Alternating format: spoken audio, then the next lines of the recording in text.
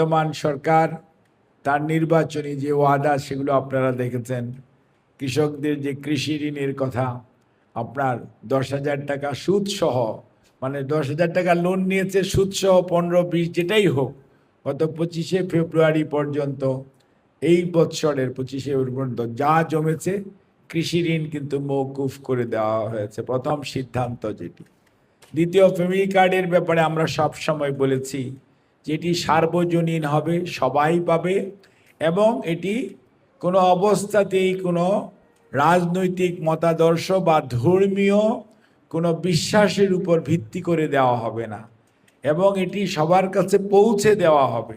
Family কার্ডের জন্য কোনো অফিস আদালতে বা কোনো চেয়ারম্যান মেম্বার বা কোনো জনপ্রতিনিধির কাছে ধর্ণা দেওয়ার দরকার নাই, কার্ড নিজে আপনার বাড়িতে যাবে, অর্থাৎ তথ্য সংগ্রহ।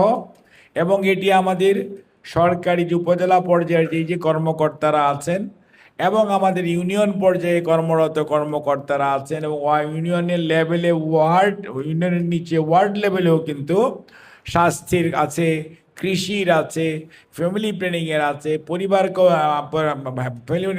কল্যাণের আছে, এবং সমাজ কল্যাণেরও কোনো কোনো জায়গায় ইউনিয়ন পর্যায়ে ইউনিয়ন সমাজকর্মী আছে, এবং আমাদের আপনার আনসার ভিডিপির একদম গ্রাম পর্যায়ে তাদের আমাদের সদস্যরা আছে।